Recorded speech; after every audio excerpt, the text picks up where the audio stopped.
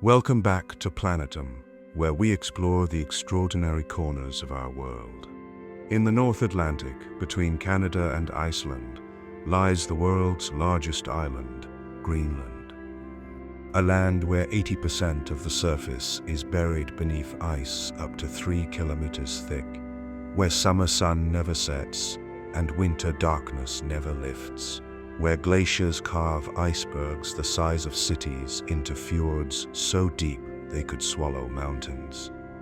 This is a place of extremes that challenges everything we think we know about human survival. This is a land where ice meets rock in landscapes so vast they make humans seem like insects. The Greenland Ice Sheet contains enough frozen water to raise global sea levels by 7 meters.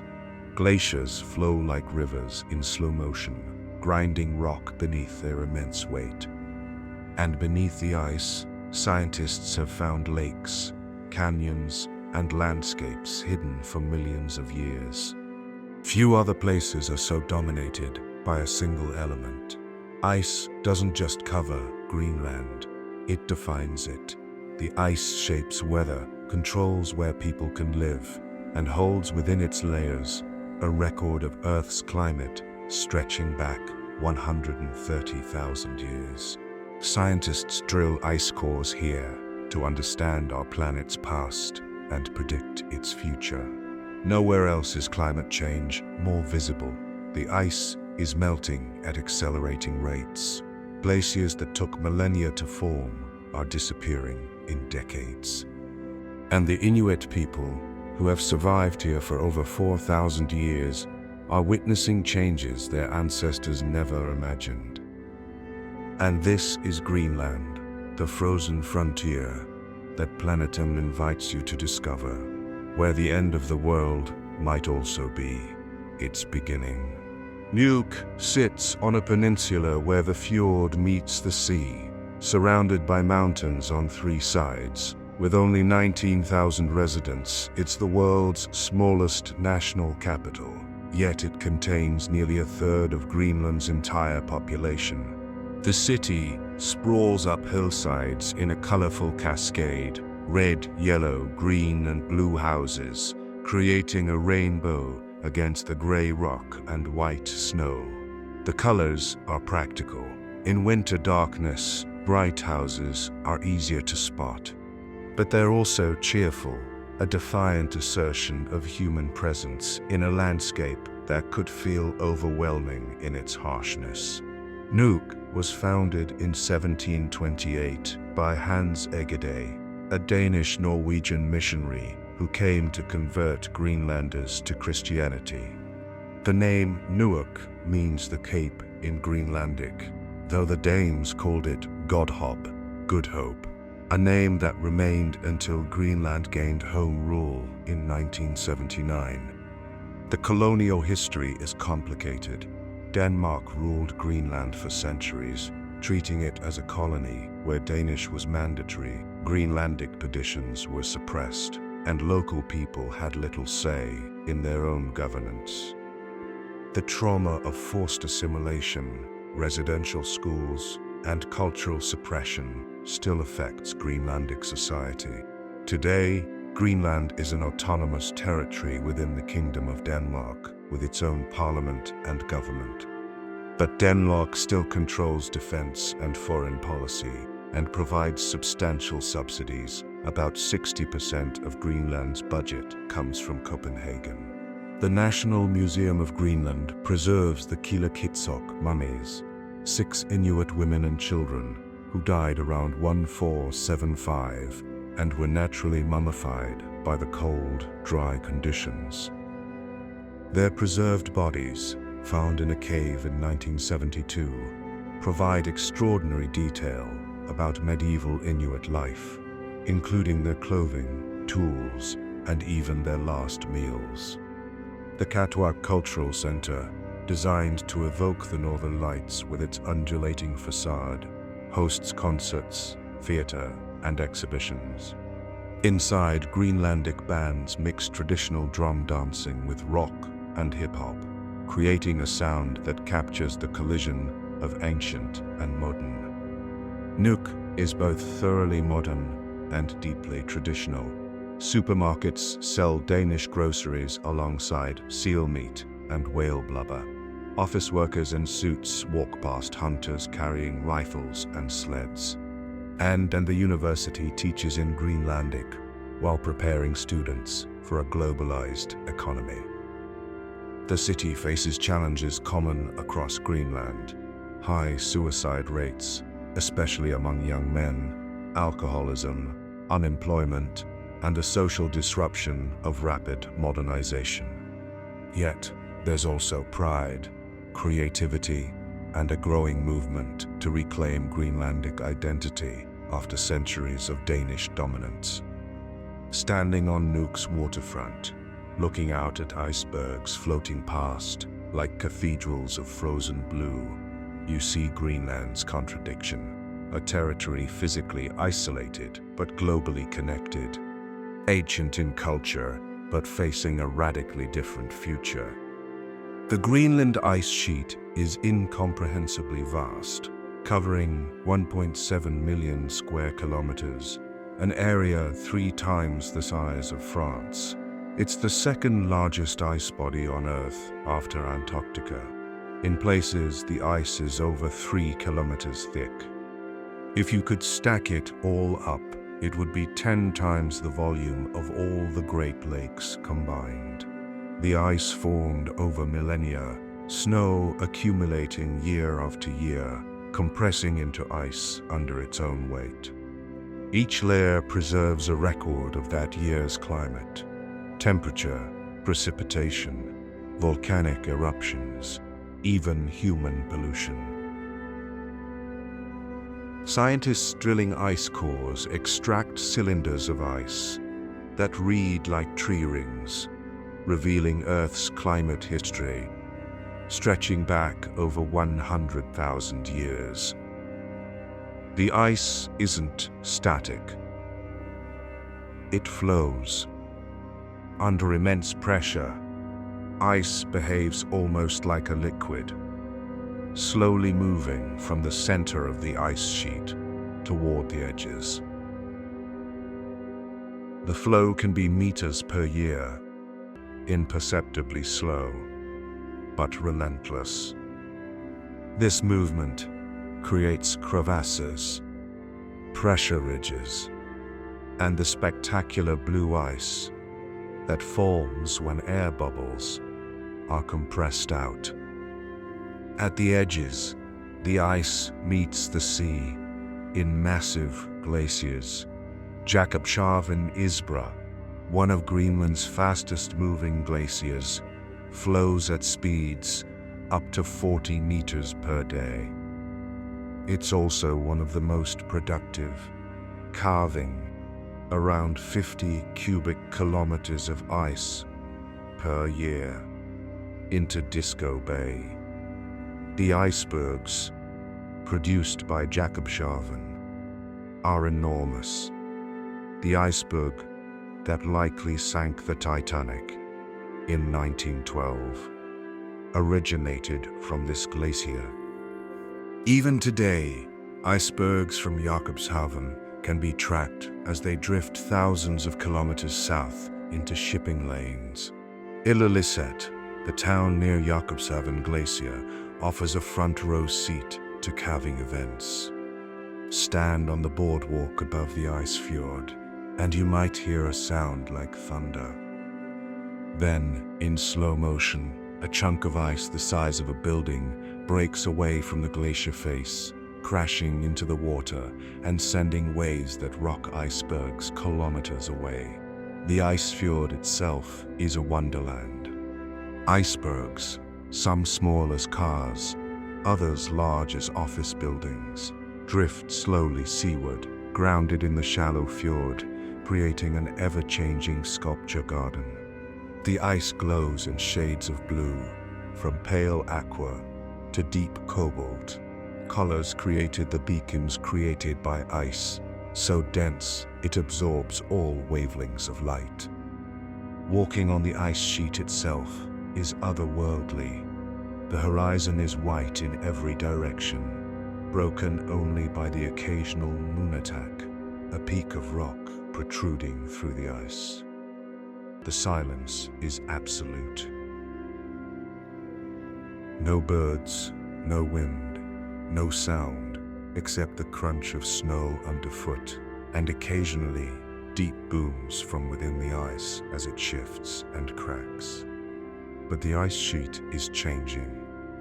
Average temperatures in Greenland have risen by 3 degrees Celsius since 1990, double the global average.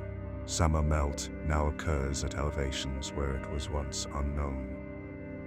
Meltwater pools form on the surface, sometimes draining through the ice in dramatic events that lubricate the base and accelerate glacier flow.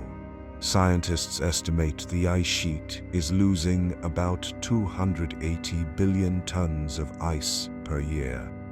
That's 280 billion tons of fresh water flowing into the ocean, contributing to sea level rise that will affect coastlines worldwide. If current trends continue, Greenland's ice loss alone could raise sea levels by over a meter by 2010. The ice sheet teaches you that Earth's systems operate on scales both vast and fragile. Something as massive as 3 kilometers of ice, formed over hundreds of thousands of years, can change dramatically in mere decades when the climate shifts. The name Greenland is ironic. Most of it is white, with ice. But the name has a history. Around 985 CE, Eric the Red, a Norse explorer exiled from Iceland for murder, sailed west and discovered the southern coast of Greenland. He found valleys with grass, low shrubs, and relatively mild summers. When he returned to Iceland, he promoted settlement in what he called Greenland, partly accurate, partly marketing, to attract colonists. The Norse established 2 settlements, the eastern settlement near modern Qaqortoq and the western settlement near Nuuk. At their peak, around 5,000 Norse lived in Greenland, farming, raising livestock, and trading with Iceland and Norway. They built stone churches. One in Halsey is so well preserved that its walls still stand after 600 years. They carved rooms, adapted their farming to the short growing season, and survived for nearly 500 years. But they also struggled. Greenland's climate was marginal for European agriculture. The Norse depended on imports from Scandinavia, iron, timber, grain, which became unreliable as Europe descended into conflict and plague. And they apparently refused to learn from the Inuit, who had far better survival strategies for Greenland's conditions. The Little Ice Age, which began in the 14th century, made conditions even harsher. Growing seasons shortened. Sea ice made navigation more dangerous, and archaeological evidence suggests the Norse suffered from malnutrition, eating their dogs and hunting seals, traditional Inuit foods they'd apparently considered beneath them. By the mid-15th century, the Norse had disappeared. No one knows exactly when the last Norse Greenlander died or what became of them. They left no written record of their decline. The colonies were simply abandoned, discovered empty by later explorers. Their disappearance is a cautionary tale. The Norse tried to maintain a European lifestyle in a place that demanded Arctic adaptations. They clung to farming when hunting and fishing would have been more reliable, and their rigid culture prevented them from learning from people who had successfully lived in Greenland for millennia. The ruins remain, stone foundations of longhouses, church walls, and middens filled with bones from animals they ate.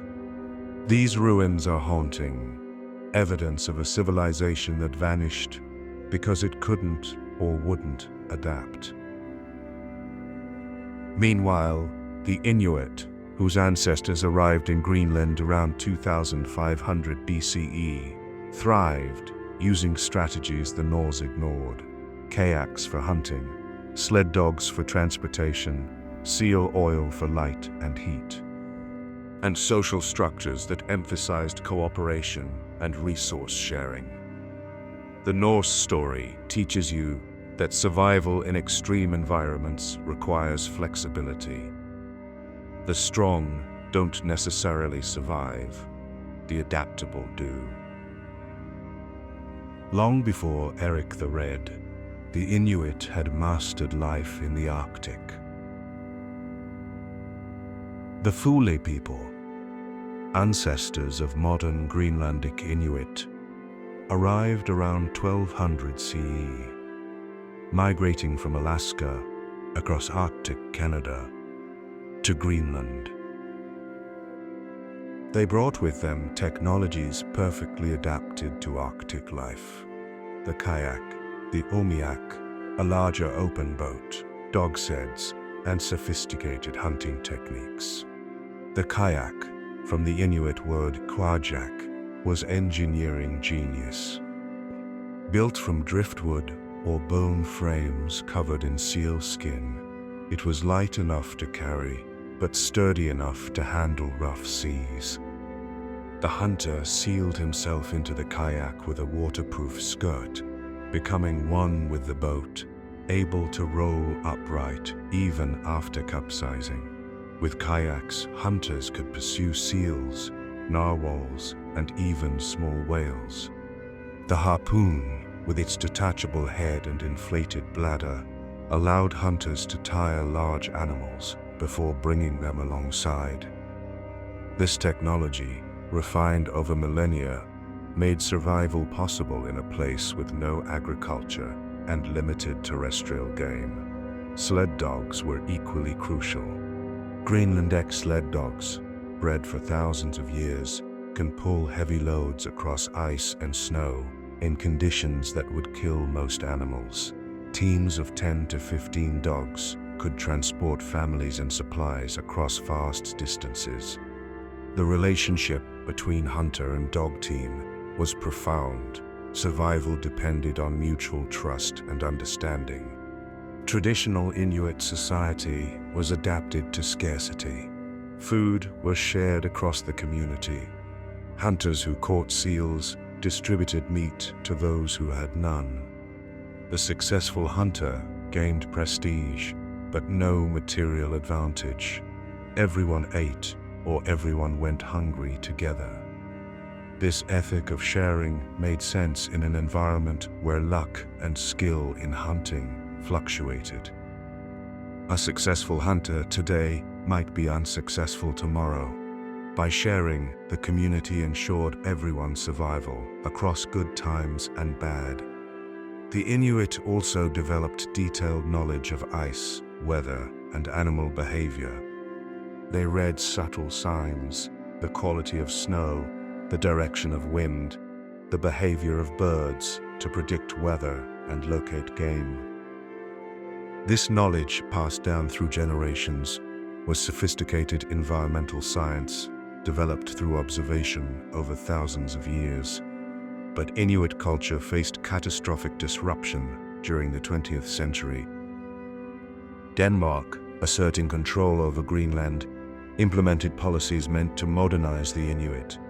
Children were sent to Danish boarding schools where speaking Greenlandic was forbidden. Traditional practices were discouraged, and scattered settlements were forcibly consolidated into towns, destroying the traditional hunting culture. The trauma persists. Greenland has one of the world's highest suicide rates, particularly among young men. Alcoholism is widespread, and many Greenlanders struggle to find identity between traditional Inuit culture and modern Danish Western influences. Yet Inuit culture endures. Greenlandic is now the official language, taught in schools and used in government. Traditional foods, seal, whale, fish, remain dietary staples and cultural touchstones. And there's a growing movement to reclaim and preserve Inuit knowledge, traditions, and practices. The Inuit teach you that indigenous knowledge is not primitive or outdated. It's sophisticated, tested over millennia, and often more effective than imported solutions. The survival of Greenlandic culture depends on recognizing this wisdom and integrating it with modern life. On Greenland's east coast, a fjord system so vast it defies comprehension carves into the ice sheet. Scoresby Sund, Kangatitavak, in Greenlandic, is the world's largest fjord system. The main fjord extends 350 kilometers inland from the sea. Its branches reach even further, creating a labyrinth of water corridors between towering mountains. The fjord is so large it has its own weather systems. Glaciers calve icebergs directly into its waters. And the depths reach over 1,500 meters in places, deeper than the Grand Canyon. Few people live here. Itokortu Ormi, at the fjord's mouth, has about 400 residents, making it one of Greenland's most isolated settlements. Supplies arrive by ship only a few times per year when ice permits, and by helicopter the rest of the time. The landscape is otherworldly. Bare mountains of dark rock rise straight from the water, their peaks often hidden in clouds.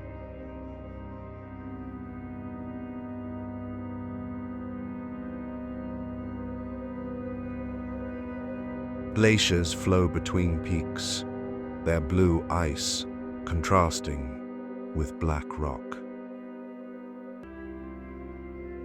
And icebergs, some ancient and sculpted into fantastic shapes, drift silently through the fjord.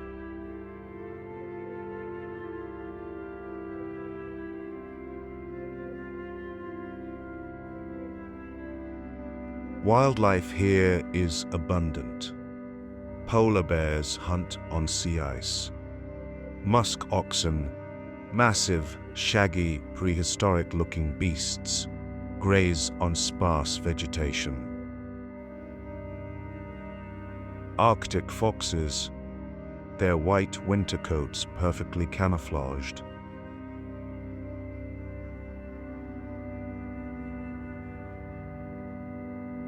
And in summer, millions of seabirds nest on cliff faces, their calls echoing across the water.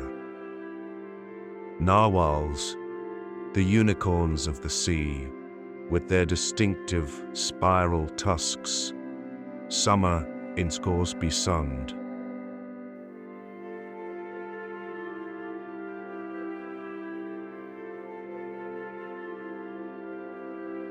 These tusks, actually an elongated tooth that can grow over 2 meters long, serve purposes scientists are still studying: sensory organ, display feature, or weapon. Inuit hunters traditionally valued narwhal tusks, trading them south to Europeans who believed they came from unicorns. The scale of Scoresby Sund challenges human perception.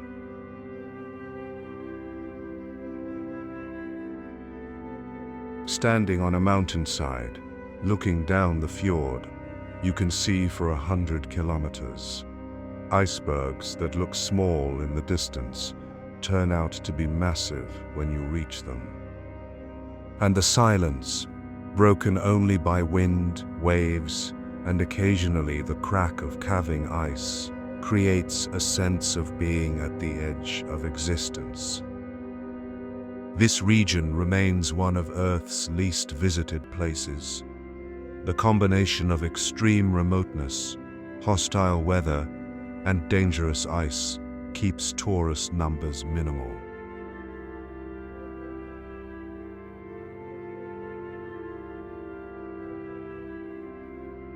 Those who do reach it often describe the experience as life-changing, a confrontation with nature at its most powerful and indifferent. Disko Bay, on Greenland's west coast, is where the ice sheet meets the sea in spectacular fashion. The bay is named after Disko Island, Kekatasuak, in Greenlandic, which sits at its mouth.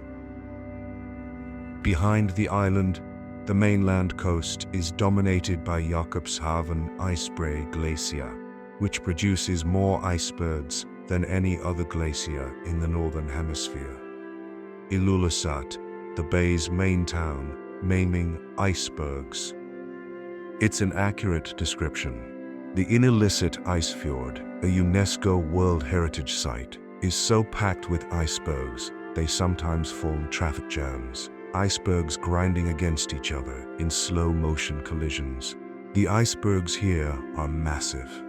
Some rise 100 meters above water, but that's only about 1/8 of their total volume.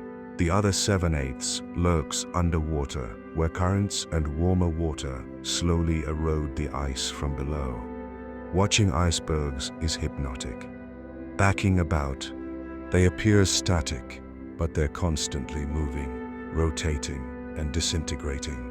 Sometimes an iceberg will flip suddenly, a dramatic event, triggered when underwater melting shifts its center of gravity. The newly exposed ice, compressed at the glacier's base for thousands of years, shines brilliant blue. At night in summer, when the midnight sun casts golden light across the bay, the icebergs glow. They reflect sunset colors, pink, orange, gold, creating a surreal seascape of drifting, luminous sculptures.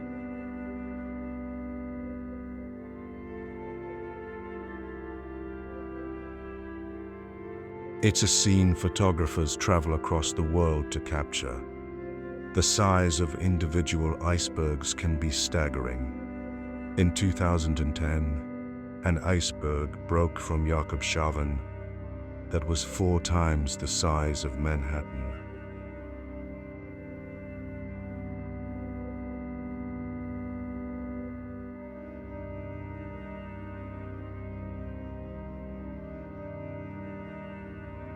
It took years to drift out of the fjord and into Disko Bay, where it eventually broke into smaller pieces and melted. These icebergs are both beautiful and dangerous.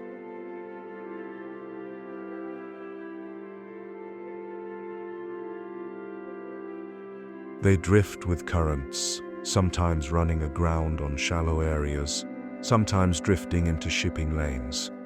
Their size and mass mean they carry tremendous momentum. A drifting iceberg can crush a boat like tinfoil. Inuit hunters navigate among icebergs with casual expertise, reading water currents and ice conditions that would terrify outsiders. They know which icebergs are stable and which might roll.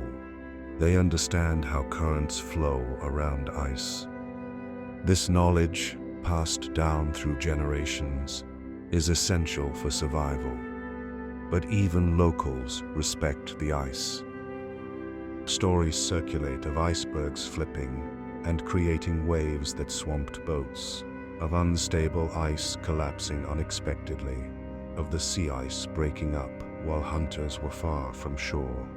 The ice is beautiful, yes, but it's also deadly. Disko Bay teaches you that beauty and danger are not opposites. The same icebergs that create stunning vistas can sink ships. The same forces that produce such spectacular landscapes can kill. Nature at this scale is neither benevolent nor hostile. It's simply indifferent. In northern and eastern Greenland, dogs still outnumber people. The Greenlandic sled dog is a distinct breed, descended from dogs brought by the Thule people over 1,000 years ago.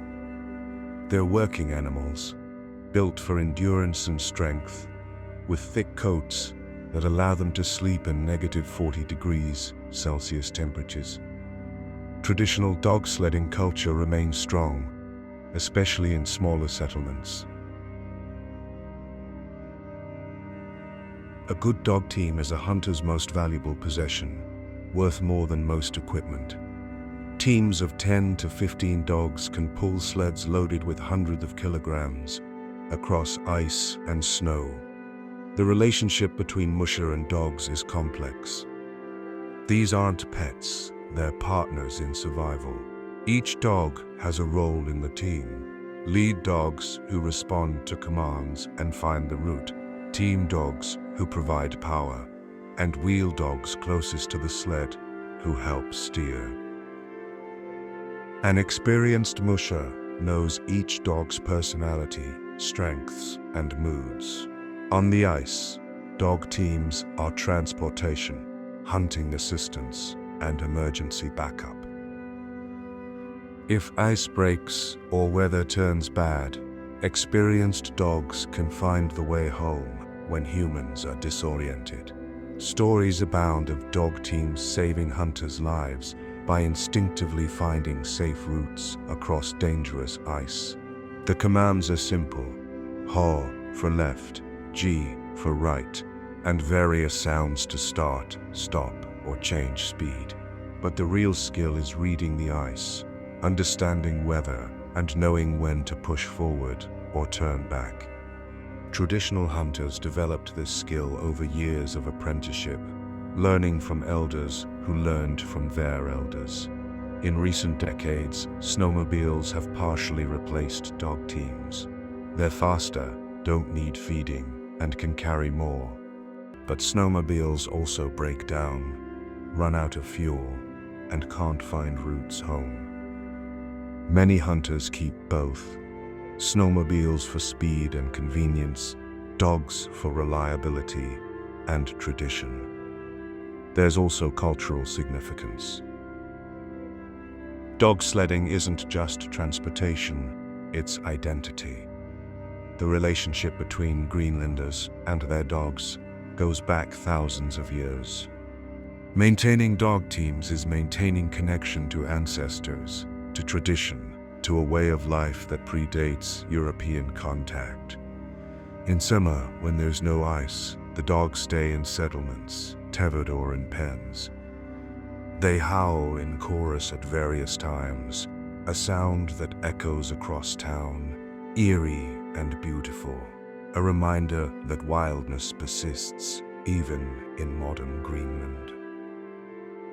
Dog sledding teaches you that some technologies, despite being ancient, remain unmatched.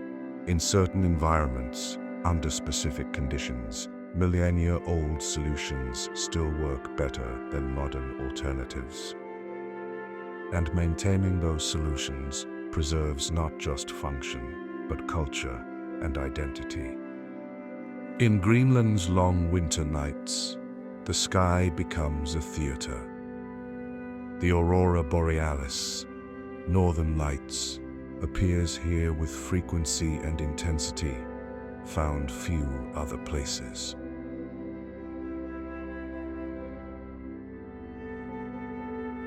The effect is caused by solar particles colliding with Earth's atmosphere, releasing energy as light. The result is one of nature's most spectacular displays.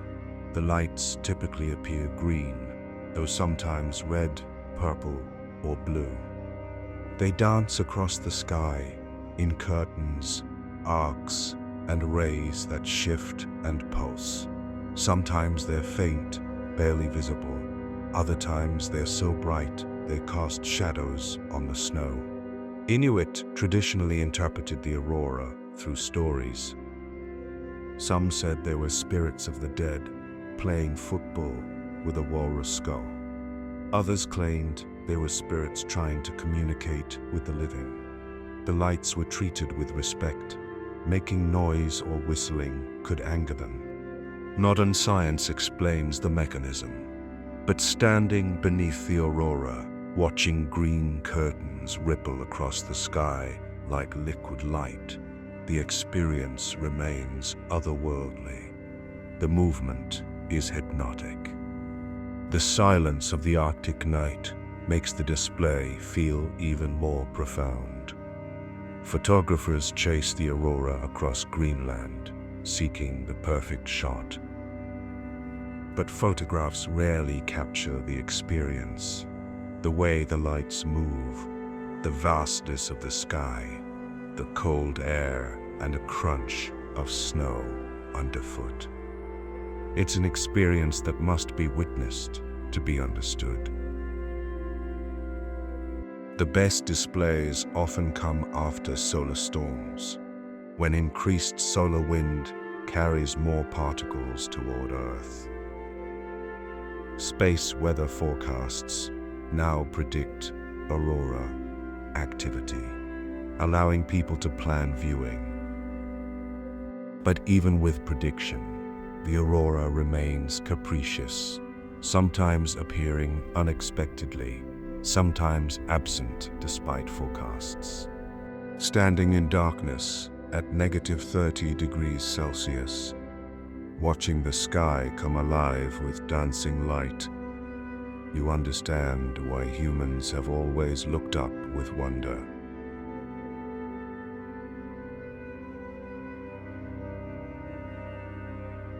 The aurora reminds us we live on a planet surrounded by forces we're only beginning to understand.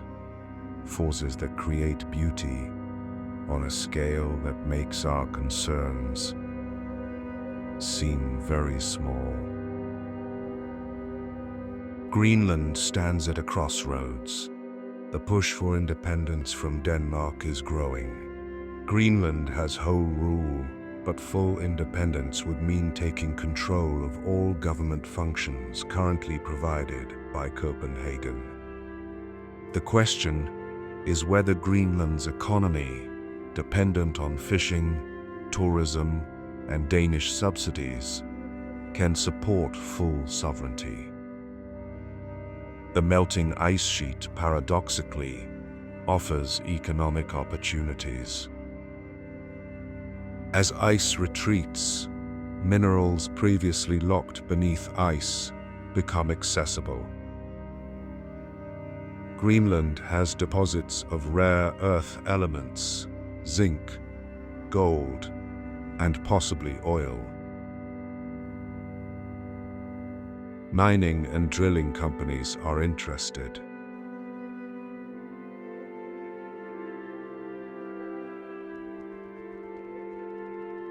But exploitation would bring environmental risks and transform Greenlandic society. There's also strategic interest. As Arctic ice melts, new shipping routes open.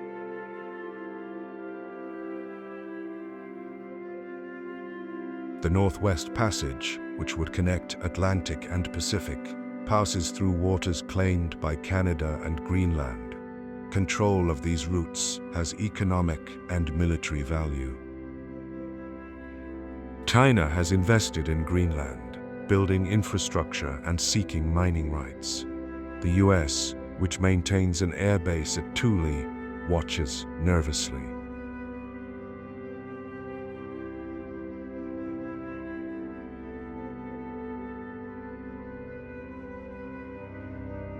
In 2019, President Trump even proposed buying Greenland, an offer Greenland and Denmark rejected as absurd, but which highlighted Greenland's strategic importance.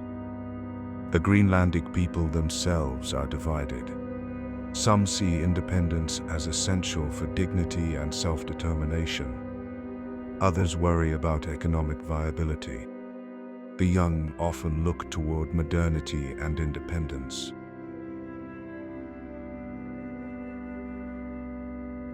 The old sometimes remember when traditional life, though hard, was simpler. Climate change will transform Greenland regardless of political status. As ice melts, landscapes that have been buried for millennia will emerge. New lands will become habitable. Traditional hunting grounds will shift, and Greenland's contribution to global sea level rise will affect hundreds of millions of people on distant coastlines. The question is whether Greenland's transformation will be managed on Greenlandic terms or imposed by outside interests. Will the people who have survived here for 4,000 years shape their own future?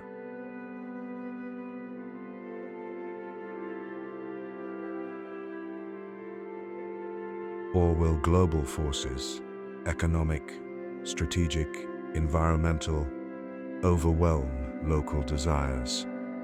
Greenland's future, like its present, will be written in ice.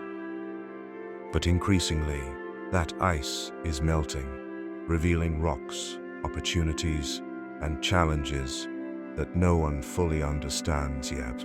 This is PLANETUM. Thank you for joining us on this journey to the edge of the world. While creating this exploration, I was reminded again and again of the fragility of environments we think of as permanent.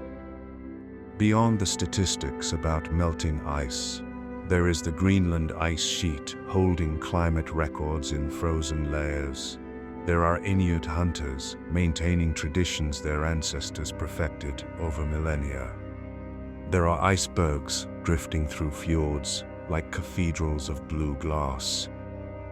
And there are people adapting to changes more rapid than any in human memory. Greenland is extraordinary, not despite its harshness, but because of it.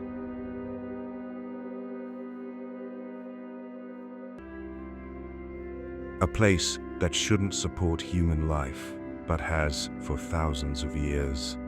A frozen island that holds keys to understanding Earth's climate past and future. And a territory caught between tradition and transformation, between autonomy and dependence, between ice and an uncertain warming future.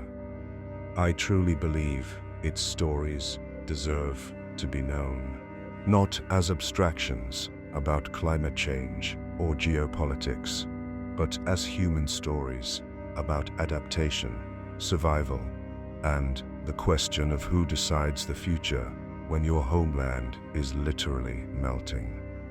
If this journey resonated with you, I'd love to hear your thoughts in the comments. And if you'd like to keep exploring the extraordinary corners of our world with PLANETUM, subscribe and join us for the next adventure.